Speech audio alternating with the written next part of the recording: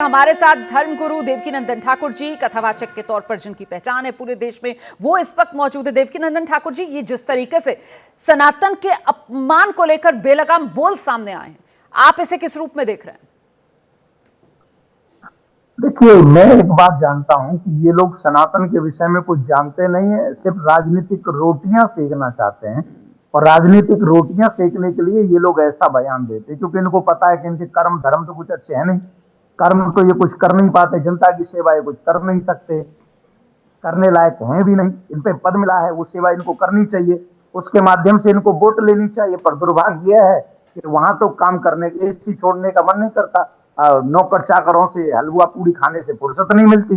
पर अब फिर तो राजनीति में कैसे चमके, बोले कुछ उल्टा सीधा बोल लो, तो उल्टा सीधा बोल लेते हैं। और जिन्हें कुछ नहीं पता, जो व्यक्ति जिसके ऊपर हम लोग और आप सभी चर्चा कर रहे हैं, आप सच मानिए, इनको ये नहीं पता कि उनका धर्म क्या है। 2022 का बयान सुनो उनका, वो कहता है कि मैं प्राउड फील करता हूं कि मैं क्रिश्चियन हूं, और उसी 2022 में वो उसी बयान में कहता है कि मैं एक मुस्लिम भी हूं। मतलब तुम मुस्लिम भी हो, तुम क्रिश्चियन भी हो, तुम सब कुछ हो, पर सनातनियों को गाली देने में नंबर 1 हो। क्यों हो?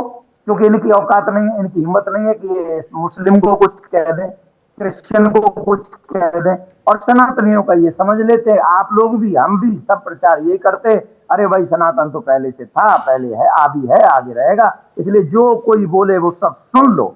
अरे भाई, जो कोई बोले सब सुन लेंगे तो इससे संविधान का अपमान होगा। संविधान तो कहता है सभी धर्मों का पालन करो।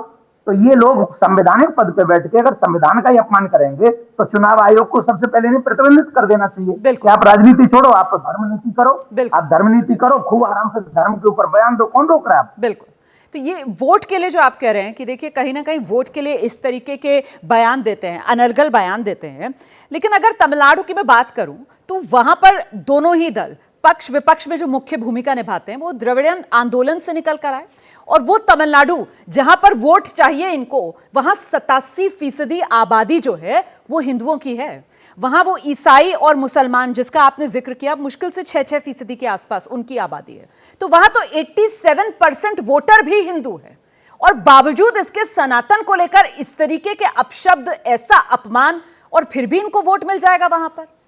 इसे किस रूप में देखा समझा जाए? जी देखिए, अगर हम बोलेंगे तो, अभी मैंने आपको थोड़ी देर पहले सुन रहा था, आप कह रहे थे कि राजनीतिक चर्चा आप करेंगे तो नेताओं का क्या होगा। अगर इस संदर्भ में, क्योंकि ये राजनीतिक लोग जब धर्म के ऊपर बोलेंगे वो भी उल्टा सीधा बोलेंगे।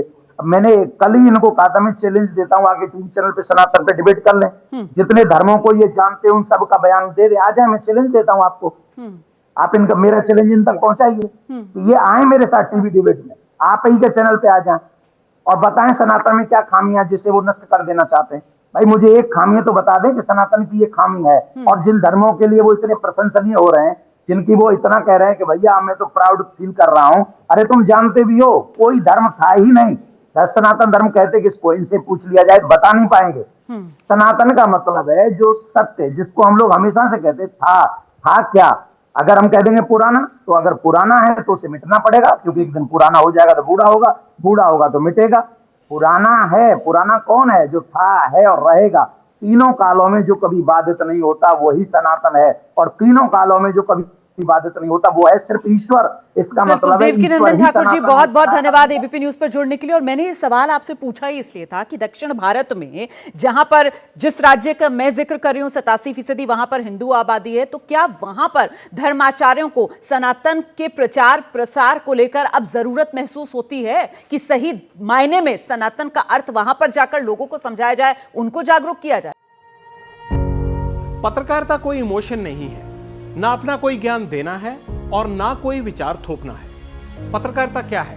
पत्रकारिता का मतलब है सही जानकारी इकट्ठा करना और तथ्य बताना। पत्रकारिता आज जितने महत्वपूर्ण दौर में है, शायद पहले नहीं थी। इस दौर से निकलने के लिए सिर्फ सच दिखाने की जरूरत है, वो सच जो आपके हित को आगे रखे। इसलिए अब रात 9 बजे प्राइम टाइम नहीं होगा, ये आपका टाइम है। जगविंदर पटियाल के साथ देखिए पब्लिक इंटरेस्ट, सोमवार से शुक्रवार रात 9 बजे सिर्फ एबीपी न्यूज पर। एबीपी न्यूज आपको रखे आगे।